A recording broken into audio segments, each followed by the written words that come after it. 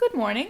Good morning, Sandy. You used to greet teachers like that? Yeah. You do that? No? Oh. We always have to greet the teachers. Wait, they don't know who we are. I'm Sandy. Oh, I'm Sam. And this is about to be the 0th episode of Illiterature, our comedy literature podcast, coming at you. But we have a little baby confession to make. We have sinned, and this is our atonement. The 0th episode was very funny episode. Technical difficulties, though, like you know when you plug in a mic, but then did you really? This is that.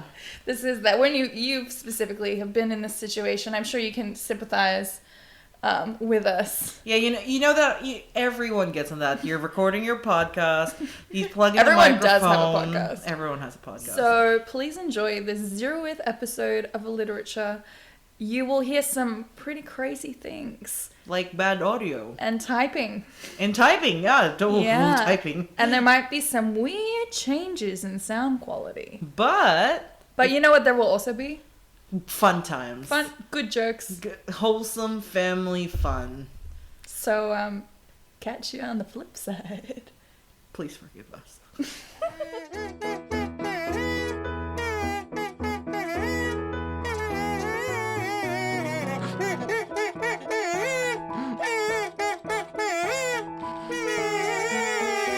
Hello, and welcome to the podcast. I am Sandy Whittem.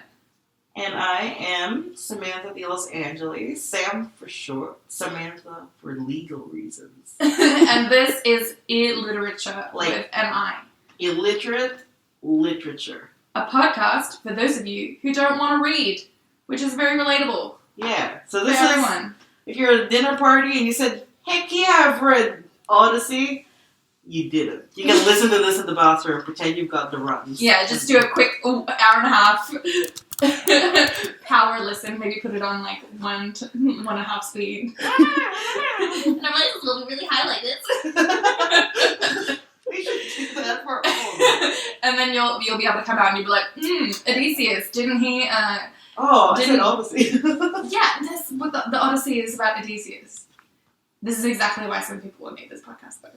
So thank you for illustrating that. But then, it's been an hour and a half. You walk out and they're like, oh, we were actually talking about Homer now. The Odyssey is written by Homer. His other book. Is the Iliad. We're talking about the Iliad now. You've been shitting too long. Your dinner party is English in this universe. All dinner parties, right? Yeah, but also, like, maybe you're dating someone who's, like, super into classic literature. And you want to fool them into thinking you're smart. Yeah. This is the podcast for you. Yeah, you're, like, in a bookstore, you brush their shoulder, you're like, oh, I'm sorry, and you, like, drop a copy of James Joyce's Ulysses. I hope you know this is the plot to that creepy Netflix show, You, and Penn Badgley. Really? Ew. Well, don't do that. Oh, we have to clean that. Yeah, so if you relate to any of those potential scenarios, this is the podcast for you. So if you have to oppress people, lie to people, or feel better about yourself. Or you're just interested in a book, but you're not really sure if you actually want to read it or not. You don't have to read it after this, because we'll ruin it for you. We will. Or we'll make it better. Can we, though?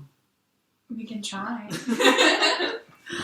I will be summarizing a classic work of literature that Sam has never read before, which we will then discuss and analyze together, and I'm using analyze very generously. And today, that novel will be Pride and Prejudice by Jane Austen. A.K.A.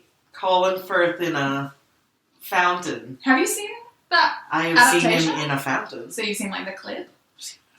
And You were at it, you were in a garden, and there was a fountain. Colin Firth happened to be there. He happened by.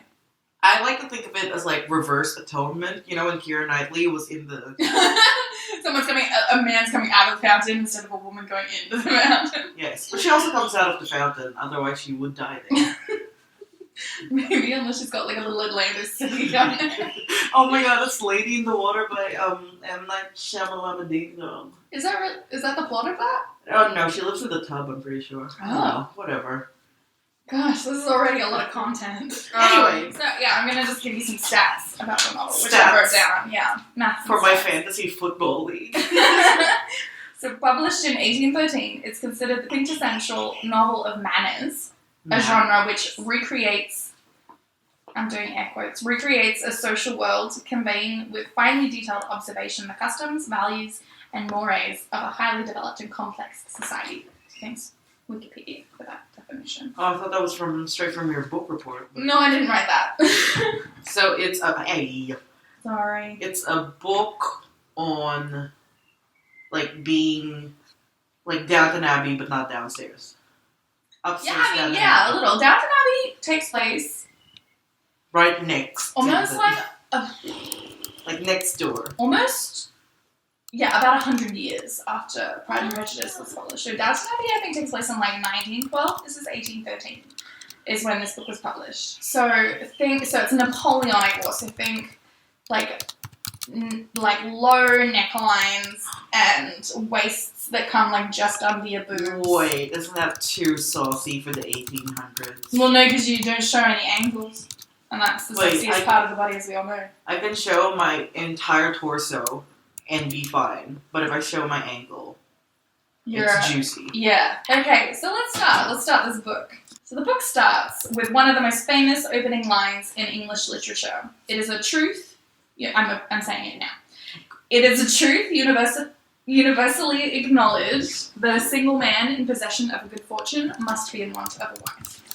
Okay, first of all, that is not the most famous, opening line in literature. It's the... What is? I don't know, the Moby Dick Ahab. He's like, I got a story for you, Sonny. Is that the line? Pretty much. I don't know the exact line, but I know the gist of it, which is, I got a story for you, Sonny. Okay. So that's what you would say is the number one most famous line. Yeah. Also, I only said one of the most famous lines.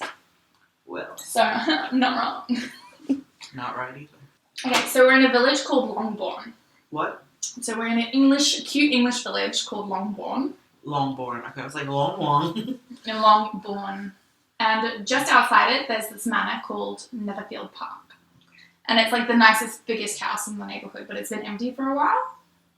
And news gets out that it's finally been leased to a rich bachelor named Charles Bingley. Wait. Yes. Is that Colin Firth?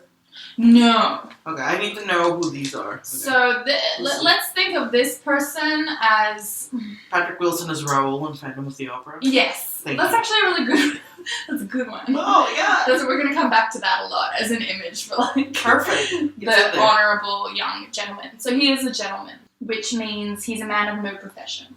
But that means he has inherited wealth. Yeah. Though it doesn't necessarily mean he's noble. He's just a trust fund kid. Yeah, basically. Yeah, and he's sort of got a whole big inheritance that he's probably going to buy property one day and then maintain it or lease it or live there or whatever. They go hunting in the spring and in the winter they go to London and sounds do great. Stuff there. Yeah, I know, it's great being rich. So Bingley actually has inherited £100,000 from his father, is what I wrote down. It's a lot. But yeah, you could buy a place with that, no joke. You could buy 3 humans with that back then. You could probably buy more than 3. Depends on the kind of human you're bidding on. Well... Like Taken style. Taken style, right. Because this is peak transatlantic slave trade era. Oh, yikes, did not mean that. So they're cheaper at this point in time. They're human free beings. At this point. Yeah. just find them. There's so many kids asking for gruel.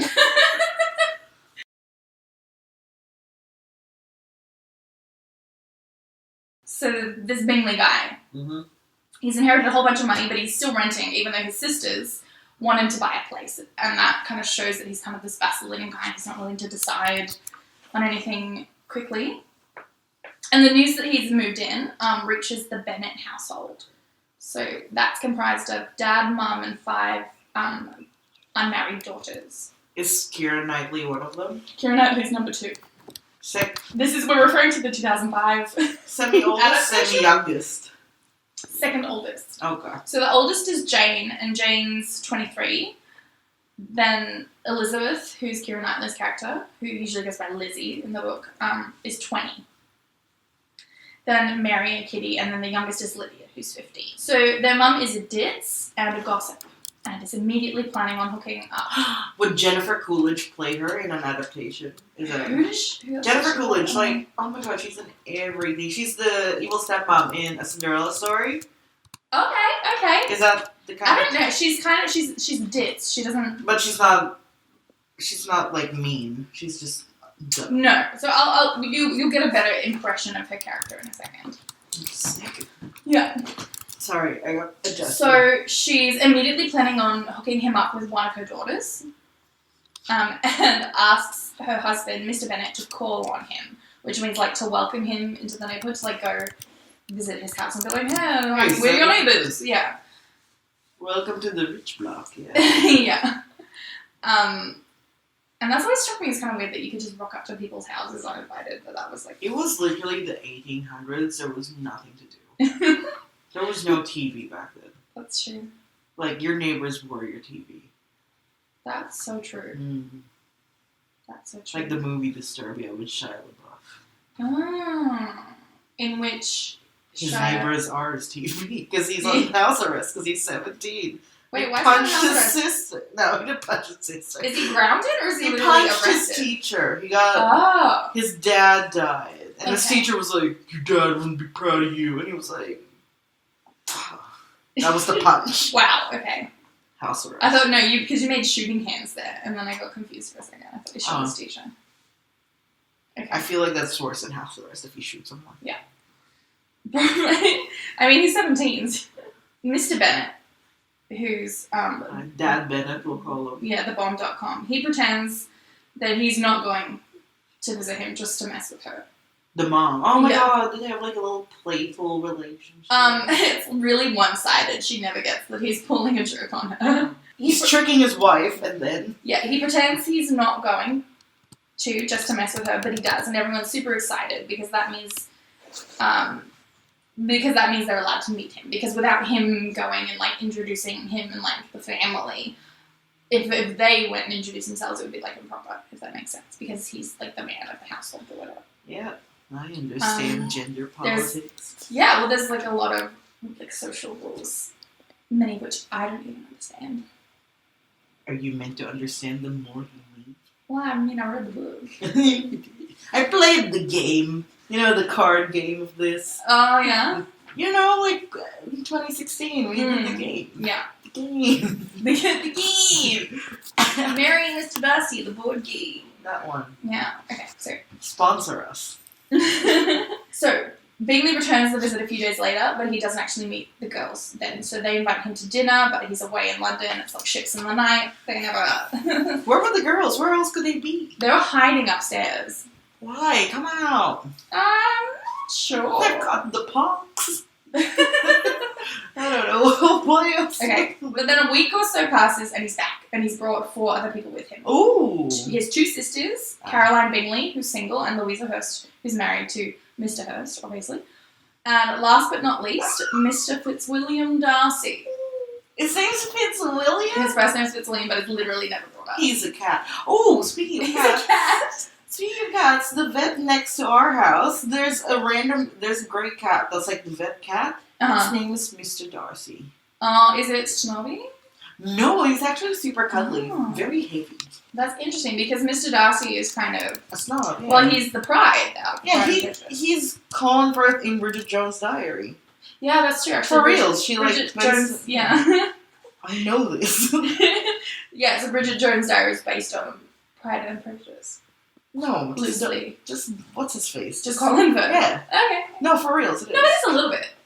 And you'll Bridget see. Jones in the 1800s. Well, think about it. When you hear the rest of the story, I think you'll kind of see how. Okay, we'll put a pin in that. Yeah, we will. So they all go to a ball in the nearby town of Meryton. So there's like little village Longbourn, big town Meryton, and all the Bennet ladies go, and all Mr. Bingley's people go, and Jane dances with Bingley twice, which is hot stuff because James had the oldest one. That's the oldest one. How old's Bingley? Do we ever know? No. Yeah. Early mid-20s. Yeah, probably. You know, inheriting age. Inheriting age. Yeah. Ripe age. But Jane's 23, then he's probably like 25, I want to say. Yeah. I feel like that's a safe bet. we can say that. And he's like sweet and earnest. And Lizzie overhears Bingley say to Darcy that Jane is the most beautiful creature he's ever beheld. That's kind of nice, right? Yeah, it is. And it's so funny because they use the word creature so much to, like, talk about people, which makes me think it's like the 19th century, no, like the 19th century version of, like, human. Like, I love this human. They Like, used to say posts that? on, you know, like those posts on Instagram where it's like, this is my best friend, I love this human, happy birthday. You not seen that? You're not friends with enough Zoomers? Zoomers?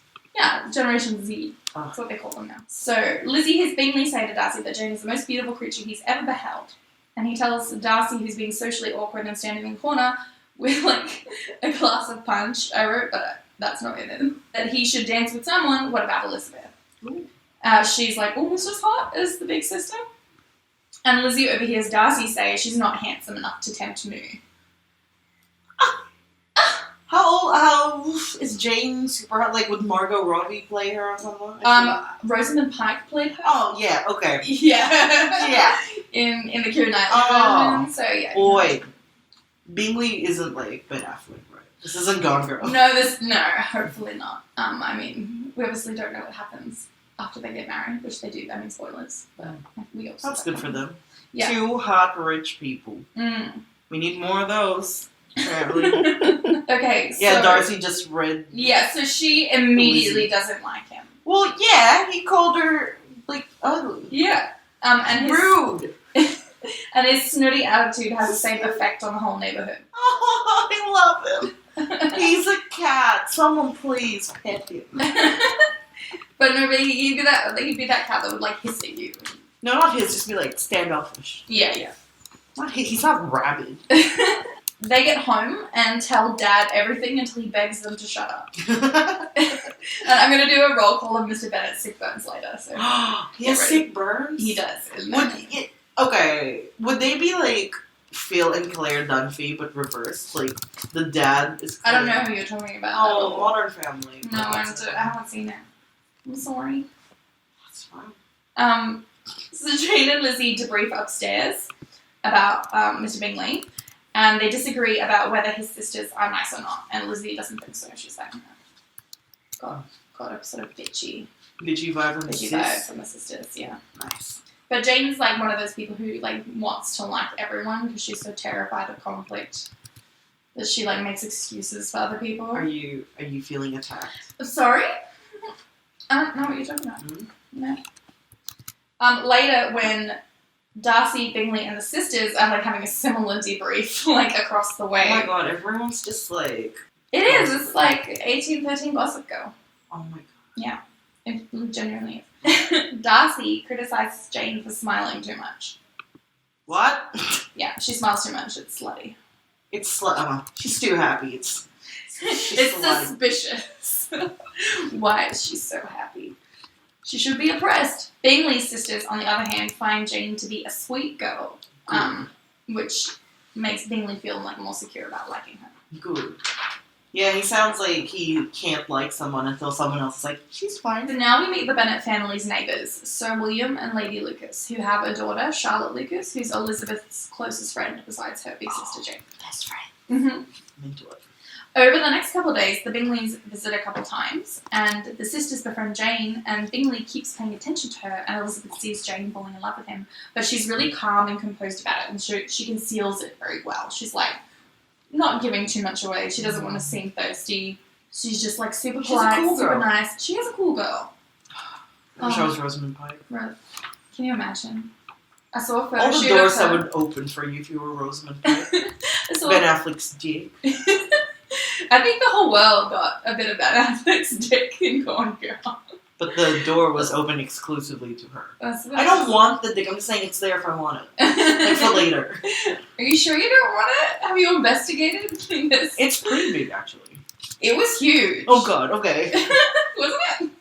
If I you don't saw it in remember the it very cinemas, well. yeah, sure. Everyone was like writing think pieces about it. It was crazy. It was pretty big. It was like, Yeah. I get it. Alright. Alright. Bye, Alright. Jennifer Garner. Sorry about this.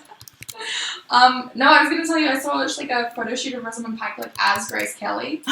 Of course. It was the most beautiful thing I've ever seen. So Charlotte Lucas, so they're like kind of like talking about Jane Bingley, because that's sort of what's happening in the neighbourhood.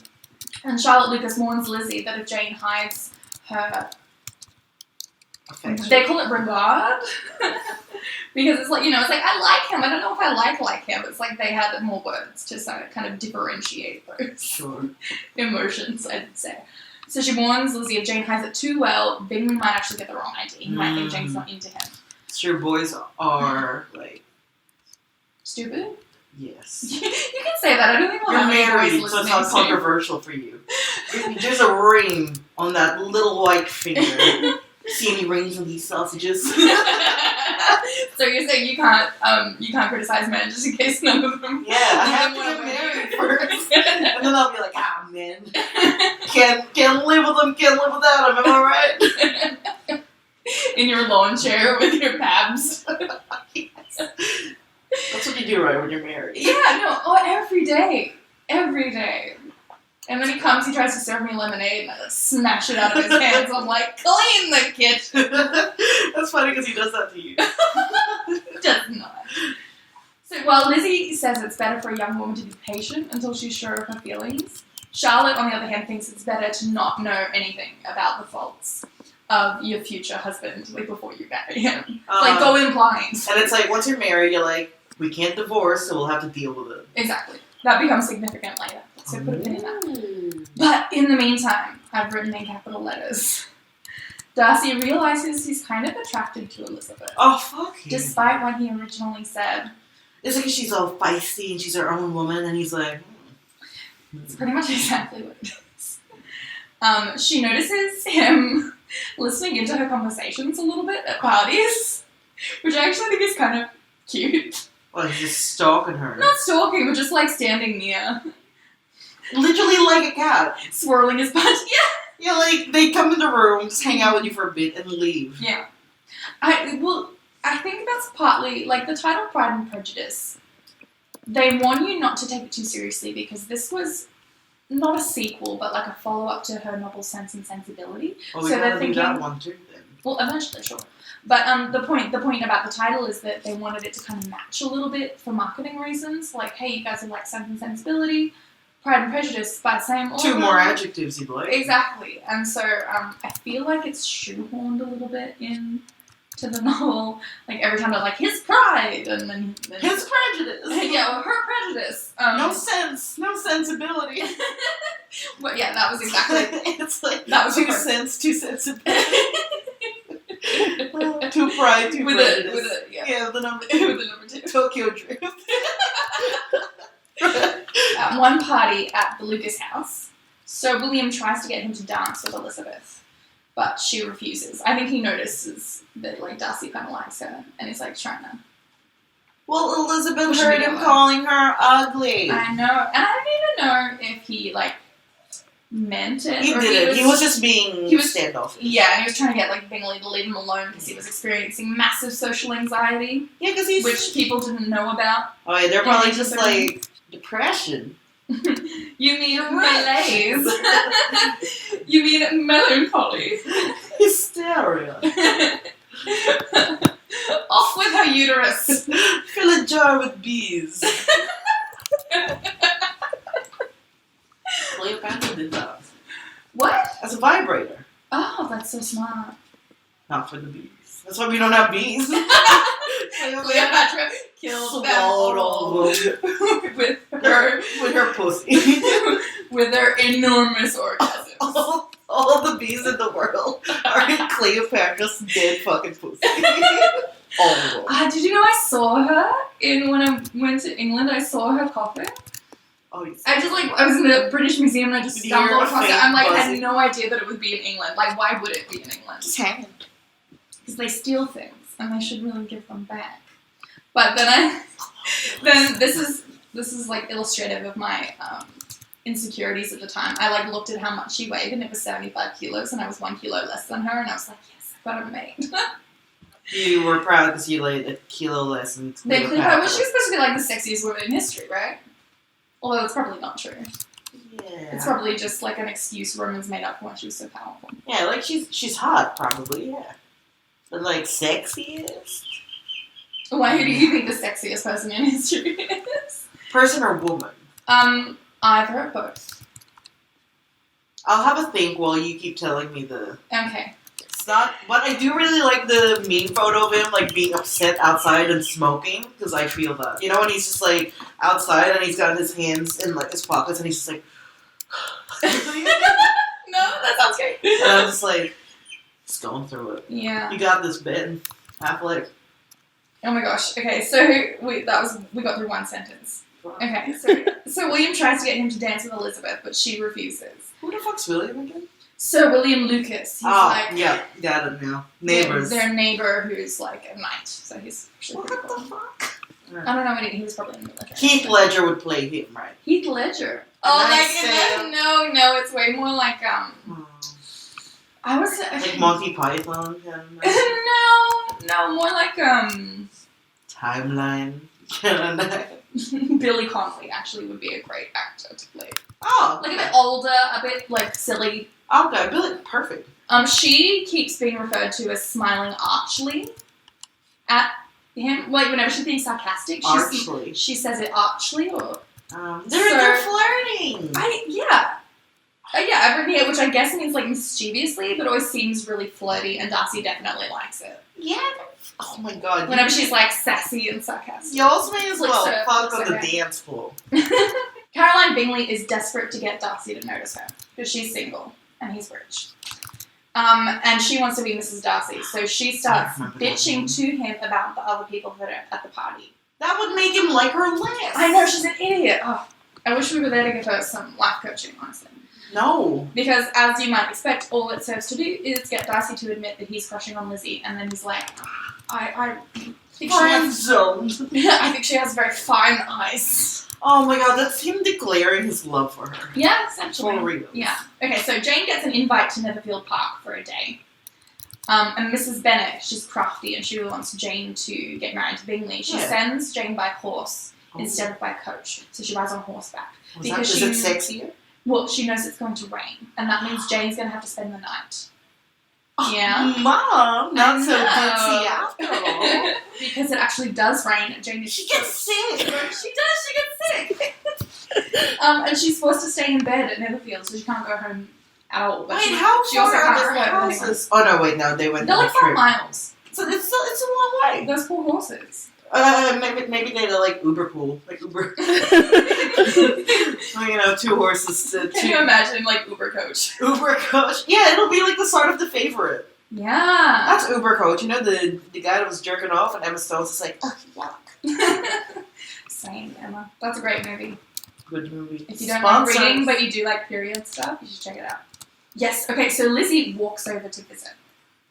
And 5 miles. In the movie, does she get all like disheveled and sweaty? Or? When she gets there, she's sure the Bingleys are judging her dirty stockings and petticoat. So she's like pulled up her skirts so they don't get dirty, but her petticoat and stockings, she can't help them getting dirty because it's been raining, it's muddy. Did they not? But then she like puts her dress over it to like hide it. And did they not have a spare horse or something? She decided to walk. Her mom didn't stop her. Yeah. I think she tried, actually, but I don't know. This is headstrong, Sam. I'm sorry. They kind of, are judging her and giving her... Oh, Darcy is probably so refreshed. She's like, I love a woman with mud on her petticoat. Jane insists that her sister spend the night. She's like, I don't know if I'm going to die. Oh, yeah, back in the old days, if you have a cold, you could die. Yeah. So while Lizzie's there, she banters a bit with Mr. Darcy, and he starts getting more attracted. She starts getting more attracted to her and kind of defends her when Bingley's sisters make fun of her as well. So, I love a man who stands up for his life. No, this literally happens with Bridget Jones. They're all making fun of her. And then he comes out and he's like, I like you just the way you are. And I'm like, oh my god, Colin Firth likes me the way I am. It's genuinely a modern adaptation of Pride and Prejudice. Honestly. I'm not kidding. It's 10 Things I Hate About You for Shakespeare. It's like that for Pride and Prejudice. I don't really see Bridget as Lizzie too much. Definitely. No, that bit's different. Lizzie's a bit more. Definitely together. Colin is Mr. Darcy. Well, his name's Darcy now, isn't it? Mark Darcy. Yeah. Yes. And they cast him after he did the BBC program. Yeah, she literally wrote the book after watching that movie. Really? It's basically fan fiction. Oh my god. So Mr. Bennet's property is entailed, meaning that it must pass to a man after Mr. Bennet's death and cannot be inherited by any of his daughters. Great, thanks. So as in Sense and Sensibility, Jane Austen emphasizes the matter of entailment in order to create a sense of urgency about the sense of a husband. She's like legitimizing the husband hunting thing by being like, this is their livelihoods. Like it's high stakes for them. They gotta be wives or else. Yeah. Ripley's Believe It or else.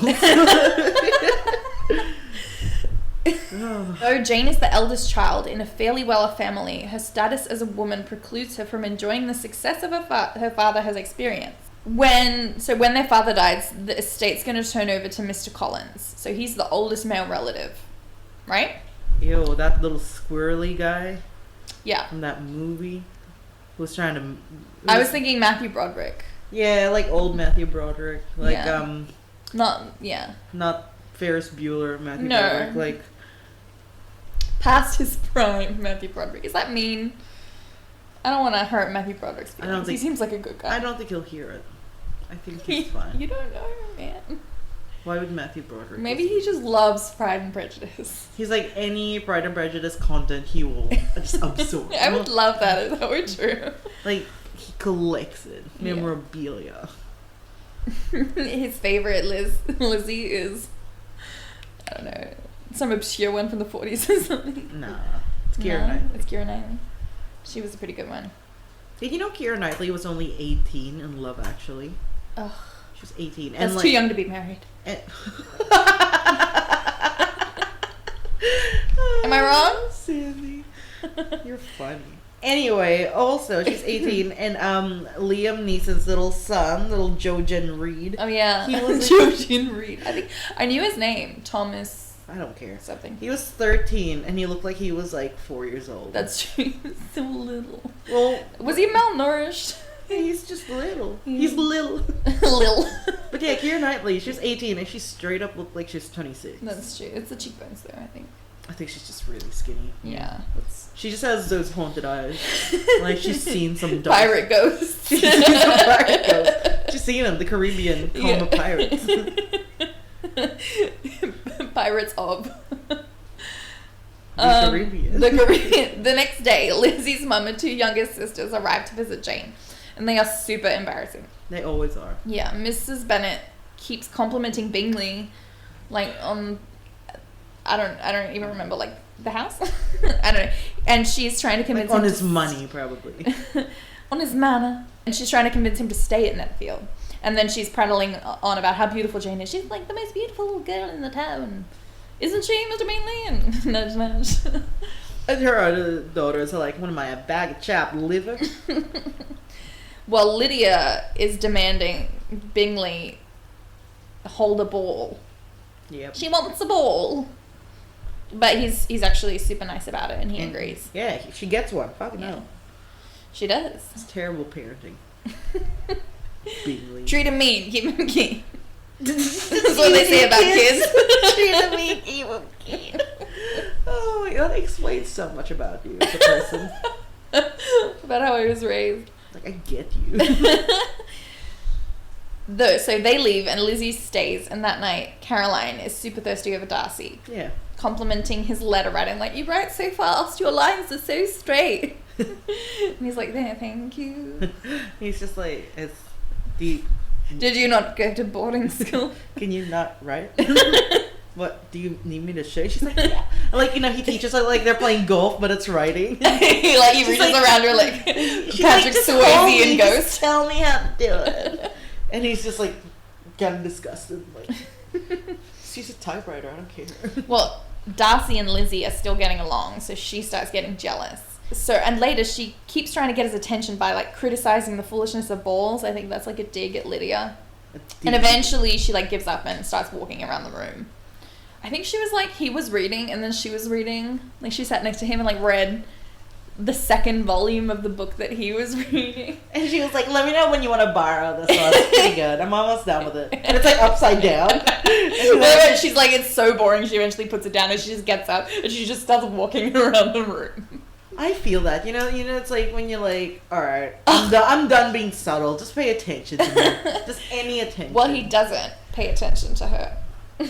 he doesn't pay attention to her until she invites Lizzie to get up and join her in her walk around the room. Around the room? How big is the fucking room? It's not big. It's just like a box step, just like yeah. It's like a closet. Anyway, and they have this debate while they're up there. Well, like they're like, do you want to come join us, Darcy? And he's like, no, you can only have 2 reasons for walking around the room. And they're like, oh, what are they? And he's like, well, one of them is that you have secret matters to discuss. And periods and stuff. Yeah, women's business. Periods. And then he would get in the way. And the only other objective is you know that your figures appear to the best advantage in walking. Oh my god. And I can admire them much better from here. No, he's like, hate to see you leave, but love to watch. No, hate to see you go, but love to watch you leave. You know that thing? Yeah. It was the butt. They have this debate about whether there's something in his character they can ridicule. So many. Yeah. And Darcy reckons his only fault is resentment. He says, my good opinion once lost is lost forever. First of all, he's so rude. he's just like, oh, your family, embarrassing. You, okay looking. That's basically what he says, like, the night he meets her. He's just like, she's fine. Do you think that's romantic? No. I'm fine. The next morning, Dad tells us Mr. Collins is coming to visit. So Mr. Collins is a priest who's going to inherit Mr. Bennet's property. Collins arrives at Longbourn and he makes a big deal about apologizing for being entitled to the Bennet's property. He's like apologizing for his privilege. He's like, I'm sorry, guys. I'm so sorry. But he also keeps admiring and complimenting the house that will one day be his. So he's sorry, I love this. Crown molding, yes. Yeah, I could put a big mirror up there. And then... I'm sorry, but I love this. Mr. Collins is super weird. Yeah. He's like pompous and also excessively deferring. It's Matthew Broderick. Yeah, like I said. So he's decided he needs to get married to one of the Bennet girls. Sure, he's decided. His patroness, basically the lady of the parish where he's priest, so she's like the landed gentry of that area. She has insisted that he does. That's Lady Catherine de Bourgh. I wonder who that could be. Mrs. Bennet, on the other hand, hints that Jane may soon be engaged, so he decides on Elizabeth. So at first he's like super into Jane, because obviously she's Rosamund Pike. Yeah. She's gorgeous. Unfortunately, she has to frame Ben Affleck for her murder. She's busy. She's got stuff. She's got schedule. It's like calendar where it's like kill self question mark. I love it. Like she moves the post-it around. That's so relatable. Stop it. The next day, he accompanies the sister to Meryton, which is the nearby town, and that's where they like do their shopping. Sure. And there they are introduced to Mr. Wicker, Who that? who has just joined the militia. Oh, never mind. He's super charming He'll be dead soon. and handsome. No, they're just chilling at the moment. I don't think they're at war with anyone at the moment. So it's literally just like a job. Oh, it's just like looking hot in uniform. They had such nice uniforms at that period of time. I think this is the best period for men's fashion and the worst period for women's fashion because they all look pregnant. It's that high waist right under the bust. I don't have as many opinions as you do about this.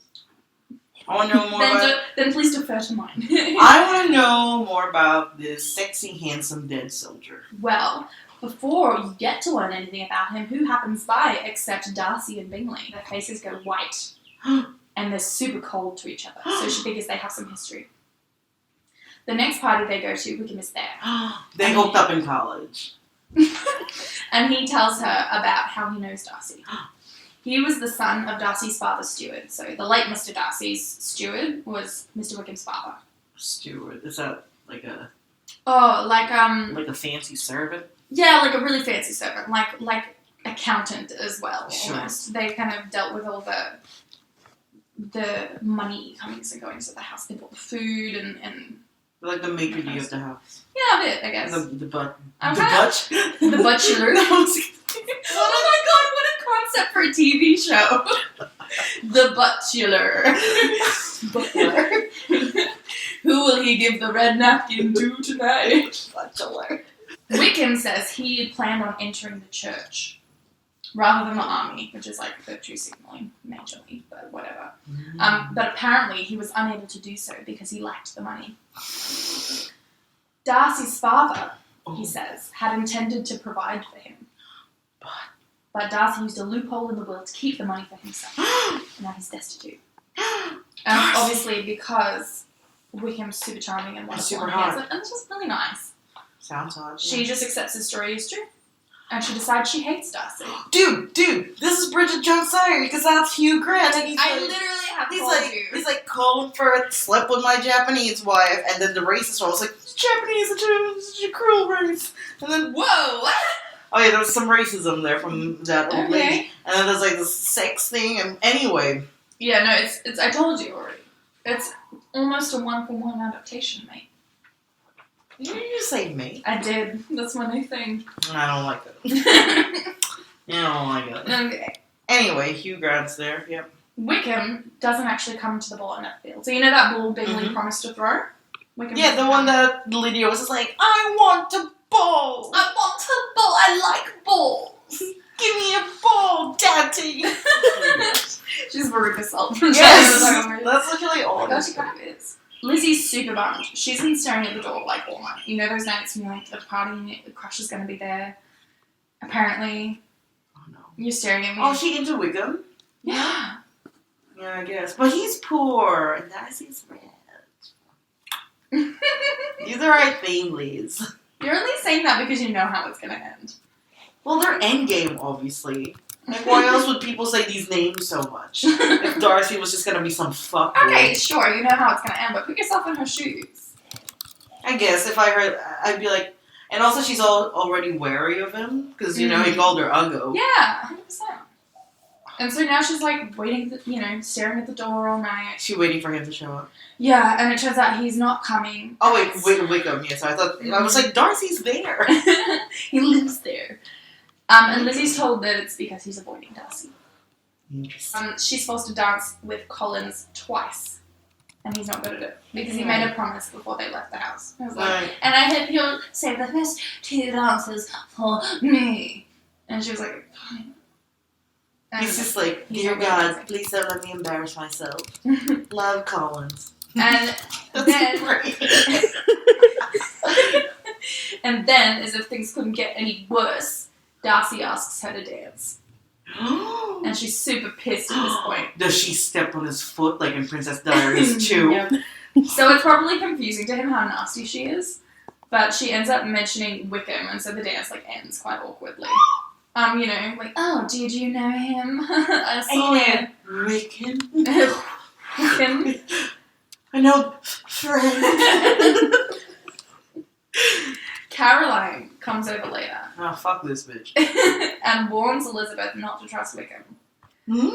And Lizzie's like, well, she's a bitch, so I'm going to trust Wickham more. Damn it! Jane comes over and gives the gossip that Bingley told her, and apparently he said that Darcy did nothing wrong and Wickham was the asshole, but he has no further information, and she figures that he doesn't know the full story, and he's just like, he's my friend, I believe him. Raoul. Yeah. He's gotta know the goss more, you know? Meanwhile, everyone in her family is embarrassing her. Yeah. Mr. Collins has realised that Darcy's related to his patroness, Lady Catherine, and he's her nephew. So he's like, I'm going to go and introduce myself. And, like, and socially, that's like not okay. You need to wait for an introduction. Fat new Broderick, stop it! At supper, Mrs. Bennet talks about how Bingley and Jane are going to marry. They're just going to get married. So loudly, Elizabeth has to tell her to shut up. Like, it's very presumptuous. No, and she notices that Darcy has heard all of it. Oh, no. He's always lurking. Mrs. Bennet ignores her. And then Mary, the middle sister, who, I don't know if you know this, but I actually played Mary in a play version of Pride and Prejudice. She's the ugly, nerdy one. Why were you okay with being cast as well? I guess being funny. Chance to be funny. Anyway. Was that not a read on you? Like, we need someone ugly, we need someone nerdy. And you were like, it 100% was, but I also just really wanted to be in theatre at that point in time. Was this in high school? No, this was like in my undergrad. So she performs a terrible song. Oh, no. And then Mr. Collins delivers a speech of epic and absurd pomposity. Oh, thanks. Spark notes for that. What happened to the other baby ones? Lydia and... Oh, they're just being just slutted up on the dance floor. Just like slut dropping. There's some death drops. Yes. It's like voguing on the dance floor. Really awesome. With all the uniforms. They Uniforms. love the officers. Of course. It's like part of their character. They're obsessed with the military officers. Well, the uniform's sexy. I know. That's It's sexy. true. We feel for them. And Soldiers or the sluts? the girls, the sluts. That's what we feel for the sluts. That's what the show's about. We Yeah. feel for the sluts. The next day, Mr. Collins proposes marriage to Elizabeth. Oh, He's had 2 dances and he's ready. he's just like, we're meant to be, father. She politely says no, but he thinks that she's playing hard to get. Oh, God. Mrs. Bennet, on the other hand, knows Lizzie is being serious about it, and she's pissed. She tells Elizabeth that if she does not marry Mr. Collins, she will never see her again. And she asks Mr. Bennet to make Elizabeth marry him. No. And then he says, and this is a quote, "An unhappy alternative is before you, Elizabeth. From this day, you must be a stranger to one of your parents. Your mother will never see you again." Sorry. You ruined your own quote. "Your mother will never see you again if you do not marry Mr. Collins, and I will never see you again if you do." Huh? So, wait, her dad hates Mr. Collins too? Oh, yeah, he's the worst. Well, I'm with her dad then. Isn't Yeah. he like fun dad? Cool dad Bennett? Her dad is the best. A few days later, a letter arrives for Jane from Caroline Bingley, informing her that Bingley and his party are returning to London No! indefinitely. Yes. What the fuck? Why? She also implies that Bingley plans to marry Darcy's sister, his little sister Georgiana, who's like 18. Yikes. That's fine in the it's olden pretty normal, times. yeah. 18, that's like old maid by then. Get her married. I am 45 years old. Elizabeth comforts Jane, telling her that this turn of events is all Miss Bingley's doing, not her brother's. So she's like, it's a conspiracy by Caroline. Mm-hmm. And she assures her that Bingley will return to Netherfield. And they have this conversation that I feel like you and I personally have had a bunch of times. About what? About whether someone who's like hurt you or insulted you has done it on purpose or not. Okay. So Jane's like, oh no, they wouldn't, it's probably just an accident. It's probably, they were tired. They're busy. He just said he'd marry her because he was tired. It's fine. They're going to London. Jane wants to think the best of Caroline. She's like, no, she couldn't be purposefully trying to separate us. That's a crazy, psycho, nasty thing to do. And they're not crazy or psycho or nasty. Enter Caroline. Whereas Lizzie's like, no, the Bingley sisters have played it all, and they have an M for Jane and Bingley's relationship. Yeah. Okay. And I just wanted to take a quick moment for a best of Mr. B's burns. Oh, cool dad Bennett. Yeah. Alright, here we go.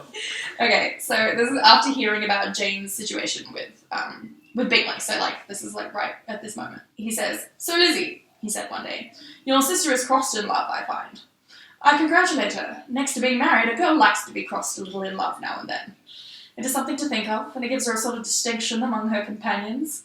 When is your turn to come? You will hardly bear to be long outdone by Jane. Now is your time. Here are officers enough in Meryton to disappoint all the young ladies in the country. Let Whittem be your man. He is a pleasant fellow, and would jilt you creditably."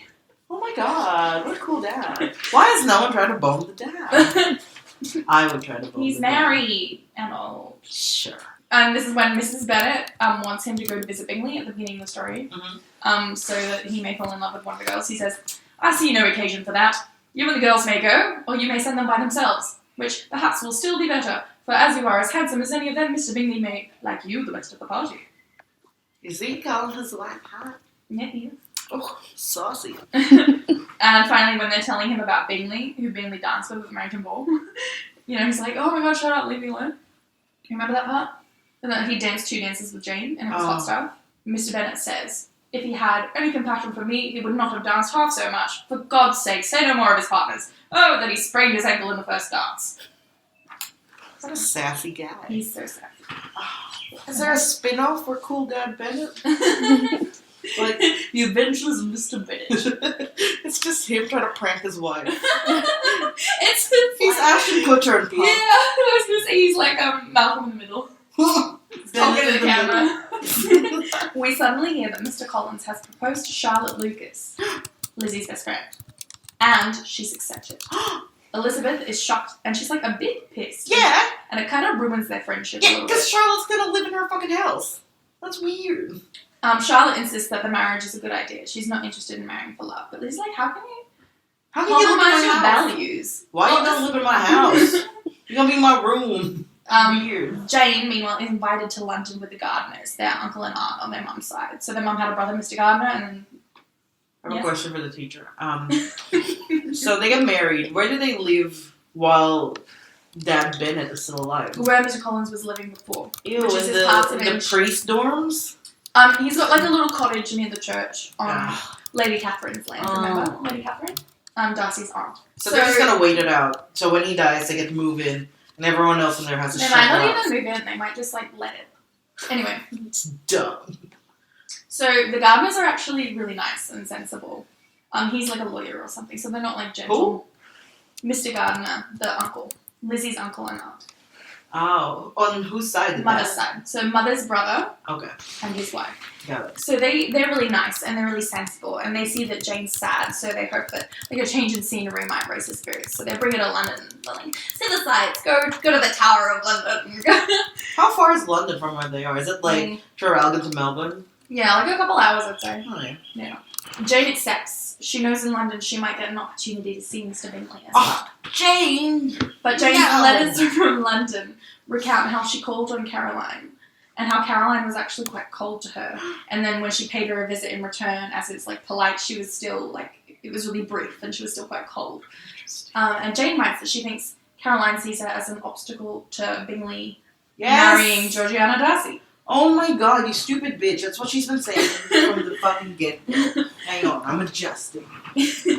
Meanwhile, Wickham's attentions have shifted away from Lizzie to a Miss King, who's just inherited a large fortune. Wick. Interestingly, the narrator then goes on to point out that Elizabeth's like fine with Wickham marrying for money, but she's disgusted with Charlotte for doing the exact same thing. Well, I guess because she's like, I thought we were sisters, doing it for ourselves. There's just like a little bit of like hypocrisy there, which is interesting. And it's part of what makes Men are allowed to get away with things, though. True. But it's part of what makes the character so realistic, I guess. That she has flaws. Yeah. In March, Elizabeth finally goes to visit Charlotte and Mr. Collins, but not before she's invited to accompany her aunt and uncle, the Gardners, on a holiday to the lakes. And she accepts. She's super excited. Anything to get out of that house, right? Yeah. Let's go to the lakes. They're in the north, I think. Let's go to the I don't lakes. know. I didn't even know England had lakes, but there you go. Lakes. When Elizabeth arrives at Mr. Collins' place, so she's going to visit Darcy them. there for some reason. Well, Why is he just skulking around? Does this boy not have a home? both he does. We'll get to that. Both Mr. Collins and Charlotte greet her enthusiastically. The next day, they're invited to meet Lady Catherine de Bourgh, who is also Darcy's aunt. I already said that. Mm-hmm. And who happens to call on Lady Catherine but Darcy? And over the next couple of weeks, Darcy and his cousin, whose name is also Fitzwilliam, but who's referred to as Colonel Fitzwilliam. I guess he gets the Darcy and the other one gets the Fitz. That's like, Yeah. he gets the last name. Yeah. She happens upon them frequently in her walks through the countryside. She's flirty with Fitzwilliam, and during one conversation, Fitzwilliam mentions that Darcy claimed to have recently saved a friend from an imprudent marriage. And she realizes he's talking about Bingley, and the imprudent marriage was going to be with Jane. Describe your face right now for the listeners. Outrage. Who is spreading the false gossip? Who is the monger? Who? Hello? Fitzwilliam just told her that. Or, I know. Who is all this misinformation? You don't think he did it? I feel like if he did it, he'd have a reason. Was it because her family was super embarrassing? Well, you'll find out. Next minute, Darcy suddenly declares his love for her. Oh, Darcy, you are exhausting. His proposal, unfortunately, talks a lot about her social inferiority and her embarrassing family. What a great proposal. I love you, but your family's And you got wonky legs. I don't know, but I love you. And like a little bit about his difficulty getting past it. And so her rejection starts off polite, but it turns into like an angry accusation, and she demands to know if he sabotaged Jane's romance with Bingley, and he admits that he did. She tells him, she also tells him she knows the story about Whittem. Does she? And then she says this, you ready? Yeah. From the beginning, from the first moment, I may almost say, of my acquaintance with you, your manners impressing me with the fullest belief of your arrogance, your conceit, and your selfish disdain for the feelings of others were such as to form that groundwork of disapprobation on which succeeding events had built so immovable a dislike, and I had not known you a month before I felt you were the last man in the world whom I could ever be prevailed upon to marry. Imagine having to say all that when you can say, I hate you. Bye. I think this was probably more, like... More biting. Yeah, for the day. You know? It's just a lot of words to say, like, you stuck up, you're mean, you're rude, your ear's a little weird, whatever, your hair does that weird thing, you're not that hot. But you know when you, like, have a really, really clever burn on someone and it feels a bit better?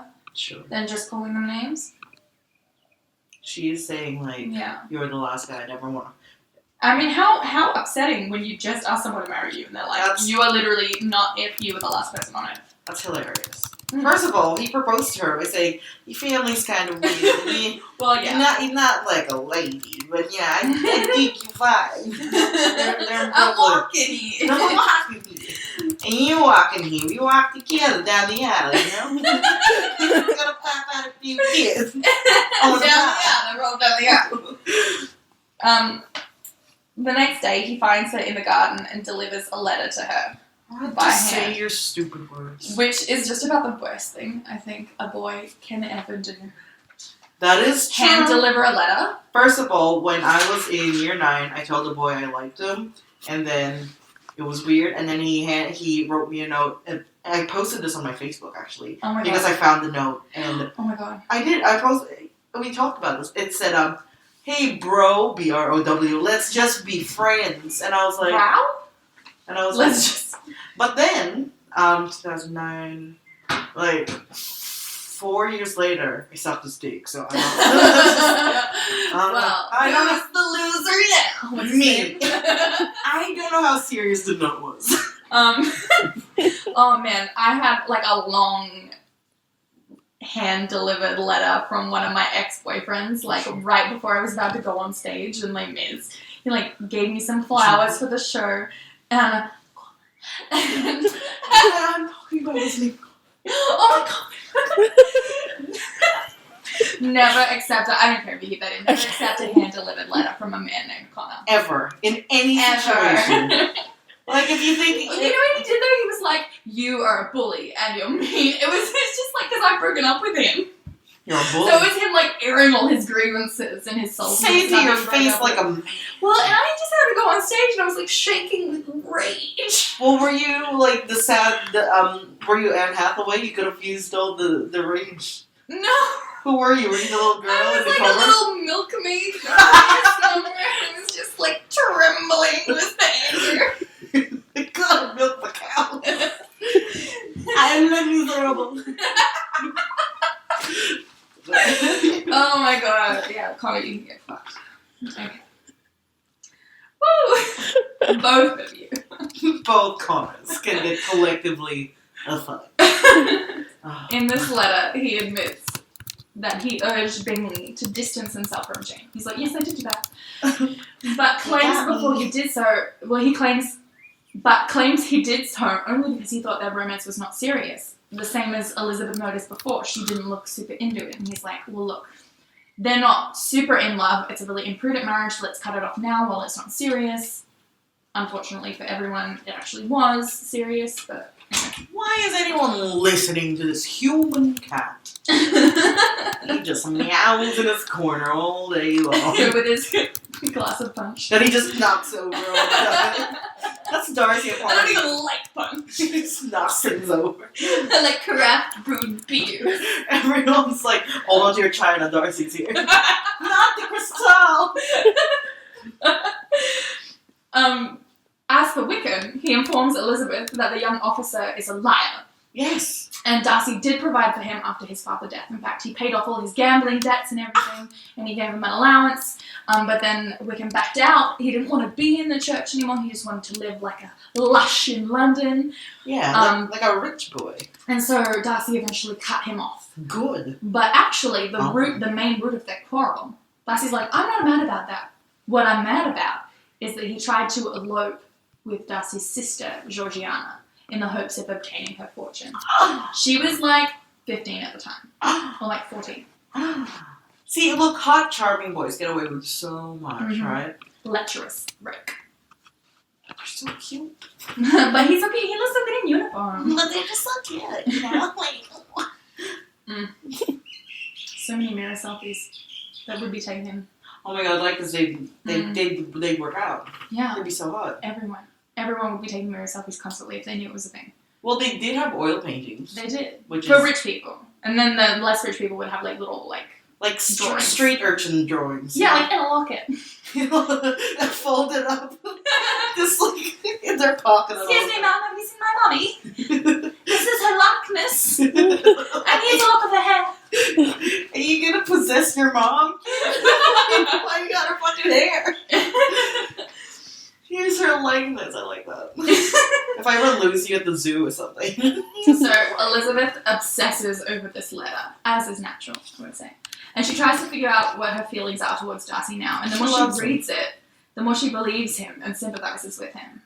How good is this letter? Oh, it's just so good. Do we get to read the letter in the book? Yes. Oh. But I'm not going to read it. It's so long. Yeah, I don't want. So long. And also... It's longer than the one Connor wrote me, and let me tell you, that was long. Well, mine was pretty short, so... Yeah, which is kind of the way it was bad. Bad for different reasons. Let's just be friends, bro. Brow. Yeah. It's on my Facebook. We should get him on the show. I have not seen him ever since my mouth has departed his penis. No. You just wrote into the subset. Just burst into flames. It's hereditary. Alright? I threw the book in the fire and he burst into flames. She returns home and kind of blows off Whittem. She doesn't trust him now. Yeah. The militia, it turns out, is leaving town. Yes. Which makes Kitty and Lydia distraught because they're man crazy. Oh yeah, and all the boys in uniform will be gone. Lydia, however, manages to obtain permission from her father to spend the summer in Brighton with family friends, which is where Wickham's regiment will be stationed. Ugh. You can do better than Wickham, Lydia. Get away. June comes and Elizabeth heads off on a holiday with the gardeners. Remember the holiday? Yeah, the lakes. Yeah. However, instead of the lakes, they decide to go to Derbyshire. Oh no. Which is actually Darcy's hometown. Oh no. So Elizabeth is constantly sweating through all 6 layers of her dress. Fair enough. Oh my god, you know who Darcy is? He's literally Ryan Reynolds in The Proposal when they go to Alaska and he owns everything. Oh yeah. And she's just like, oh my god. why didn't you tell me you own Alaska? And he's like, I just want to edit. I just want to publish books. I'm just super hot. I don't know. And you're just super mean to me, boss lady. Oh, That's the whole movie. I don't believe her for a second. She's too nice. Sandy. Sandra. Her friends call her Sandy. Isn't that crazy? That's a bit crazy. Your name is Sandy. What?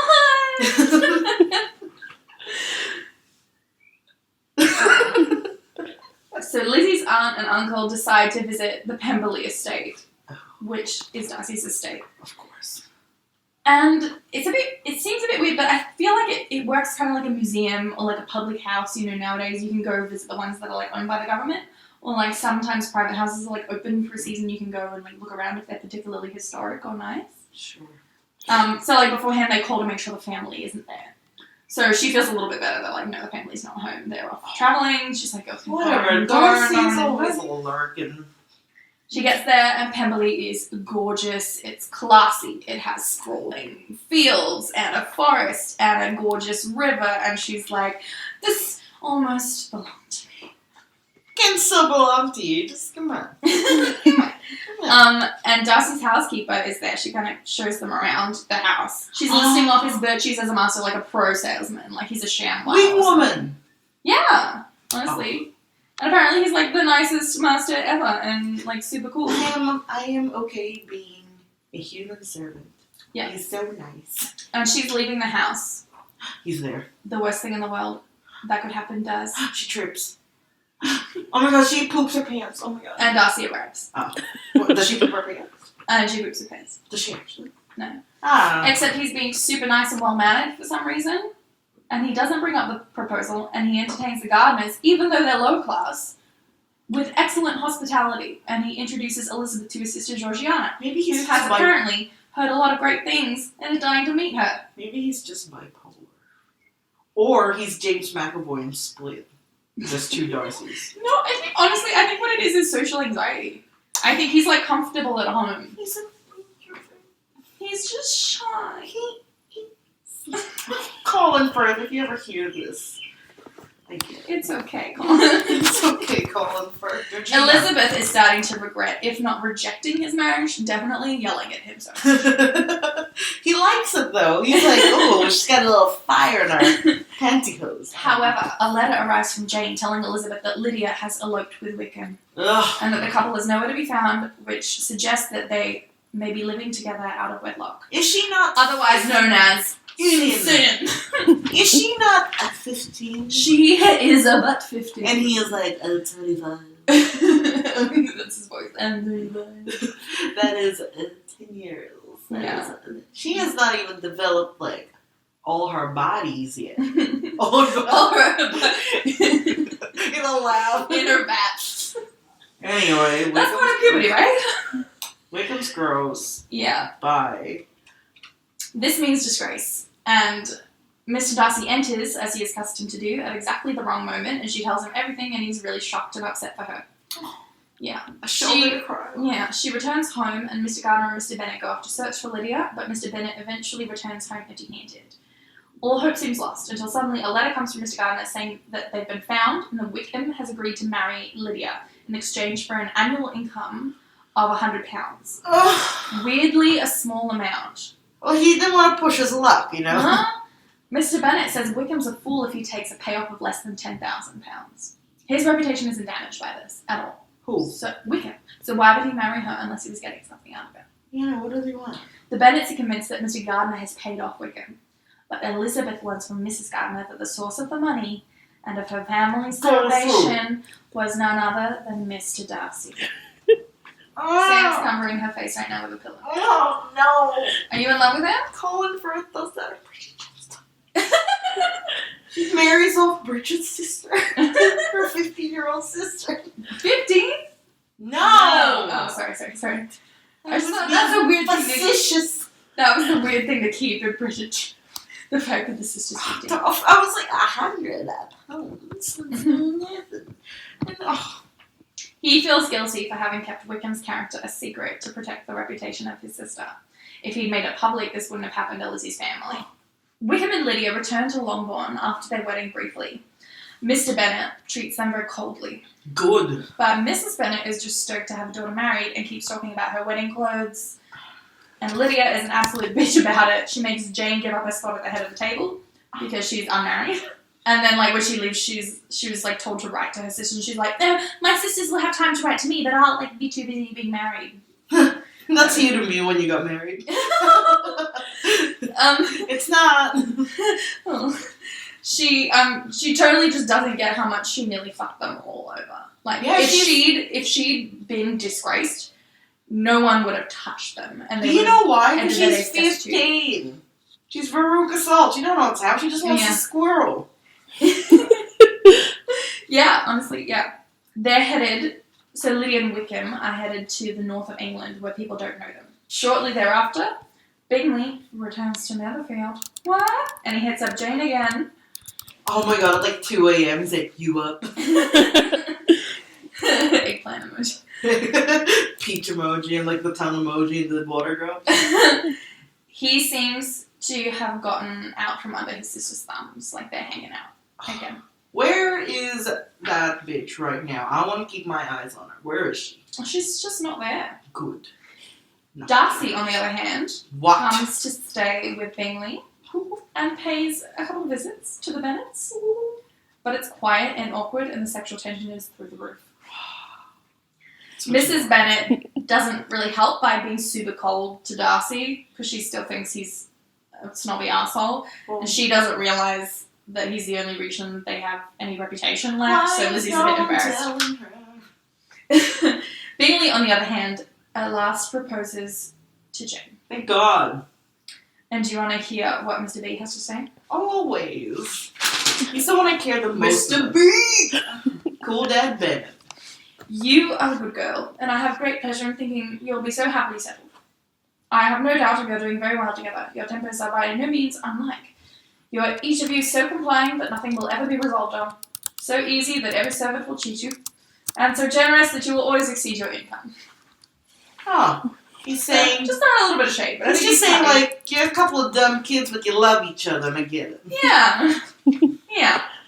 While family celebrates, Lady Catherine de Bourgh... I remember her, Maggie Smith. ...pays a visit to Longbourn. Now, I didn't mention this earlier, but Darcy has actually kind of been a little bit betrothed to her daughter. Yikes, she's got a daughter? She has a daughter. You never really meet her. She's kind of sickly and like, ugh. Oh, she'll die. It's fine. But, like, they're intended. But Darcy doesn't care. Yeah, of course he doesn't. But she's gone rogue. She's very invested in it, however. So she corners Elizabeth and says that she's heard that Darcy is planning to marry her. Ooh. And inside Elizabeth's stoked, but on the outside she keeps a poker face. She's like, Darcy, you don't even know. So Lady Catherine demands that Elizabeth promise to refuse him if he asks her. No. Saying she will ruin him in the opinion of all his friends and make him the contempt of the world. He already is, so whatever. Yeah, well, Lizzie refuses, and she admits that she's not engaged to Darcy, but she refused to promise that she wouldn't marry him if she was asked. That's a cheeky yes. Mm-hmm.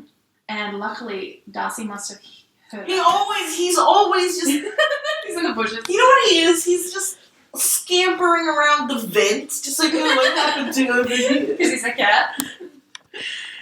And later they go out walking together, and he tells her that his feelings are the same, and he asks her to marry him again. The same is kind of not that good, because the same would mean, like, your family's weird. Hold on, this is what he says this time. Mm-hmm. He's, like, practiced in the mirror. You are too generous to trifle with me. If your feelings are still what they were last April, you must tell me so at once. My affections and wishes are unchanged, but one word from you will silence me on this subject forever. How respectful is that? Sure. Like, I was just checking in. If you can tell me if I go. What? Yeah, he's not gonna push it because she wants him to leave her alone. Oh, that's his little mind game. I thought it was like so respectful. Uh-huh. It is respectful, whatever. He's a good person. Let's get the bone. Yeah, so she accepts his proposal. And both Jane and Elizabeth are married. And that is the end of the story. What about Ugly Mary and Rando Kitty? Yeah, no. They just die or something? They just die. Probably of tetanus. They don't get married. They don't really matter too much in the story. Oh, but you were married. I was married, yeah. But I was like, in the version that I did, I was like the narrator as well. Which is interesting. Oh. Double, whatchamacallit, double role? Well, yeah, but like Mary, the character, was narrating, which is an interesting option to take. Doesn't she just sing stupidly? Yeah. What's the modern day equivalent of the song she would have sung at the party? Is it like Get Low? No, it would be Breakaway by Kelly Clarkson. Oh, that's good. Did she hit the notes though? No. Oh, Mary. Don't do a Kelly song. That's why it's embarrassing. It's meant to be embarrassing. Did you do Breakaway? No, I did like some, like period songs. I can't remember. I made a point of like singing out of tune, and it was really difficult. So here's my hot take on Pride and Prejudice. It's just a fanfic. That's interesting. You should say that. Why do you say that? Well. And I'll give you my opinion. Well, I guess, okay. Now that I have to think about the words I have to say, now that my words have consequences. They don't. They won't. There's going to be comments under this. You don't have to read them. Tell me what you think. I'm going to read them. I guess everything is a fanfic, but this is like the mother fanfic, which all fanfics have been born from. The whole, like, You know, they'll like, Mhm. oh, I don't like you. So is it fanficky in that fanfics seem to take a lot of cues from it? Like the whole, like the fact that they had that whole song and dance of like, I hate you. It's very rom-com. and him just going like saving their entire asses. Just like, I'll pay the fucking lech. No one shall know. And he lets the cool dad Bennett believe that he's paying like the £100 is enough. It's like upkeeping his own pride and prejudice. Everyone's pride and prejudice is A-okay by the end of the book. I will tell you why I think it's a bit fanficky. Because it's character driven and emotion driven rather than plot driven. Yes.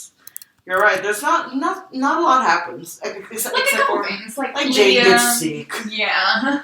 Whittem was like, I'm gonna fuck your 15-year-old daughter. Out. But it's 100% like about identity formation and relationship formation rather than it is about sort of like a learning well, I guess it's a learning experience, but it's definitely far more about the character development than it is about any sort of plot development. And Lizzie is the ultimate like, I'm not like other girls, girl. I mean, yeah, I suppose. Which is always It's weird like, to think about it that way, but I guess when you compare her to her sisters. Were you not? Well, Jane's pretty cool. I'm not saying, just because you know she's Rosamund Pike. Yeah. Oh, God, I love Rosamund Pike. Yeah, if you didn't know it was Rosamund Pike, you'd be like, alright, bitch, whatever. But do you think that might be why it's been so popular with, like, female readers, partly? It's also, you know what, I reckon if I could stomach the way it's written, like all the who's and ha's, I'm like, just tell me what you mean! Like, I understand the tension, sexual tension, and, like, it's kind of sexy in a way. It's like, oh. It's a bit coy. The interesting thing is, you know, it's not, like, beautifully written. It's cleverly written.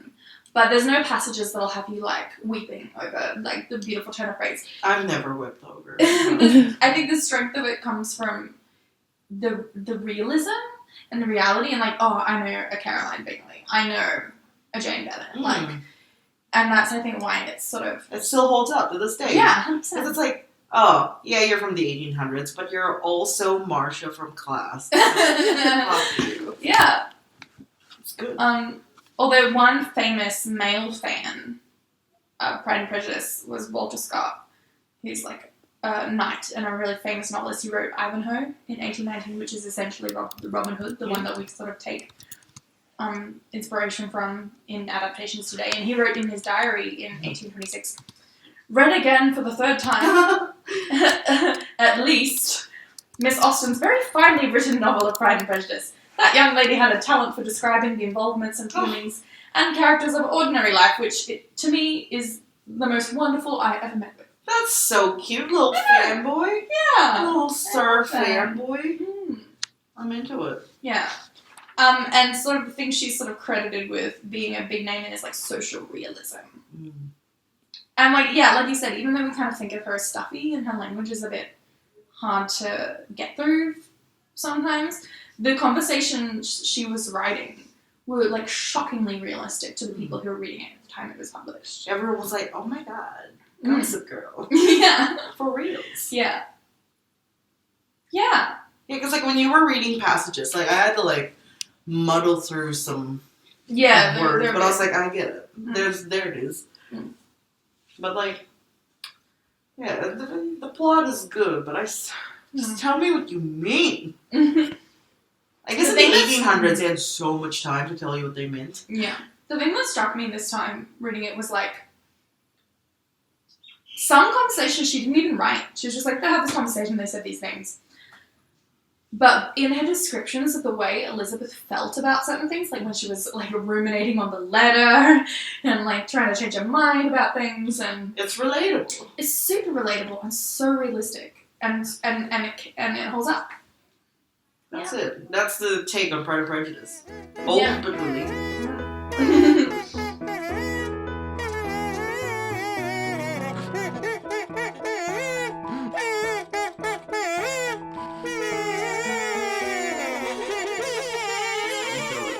You got this, Ben. Affleck. What? I thought I heard a fly. Maybe it's one of Cleopatra's bees. Bees, yeah. There was a huge wasp earlier. What? It looked like a small highlighter. No! No, not left. A small highlighter? It was, I used to have highlighted a little lot like a wasp.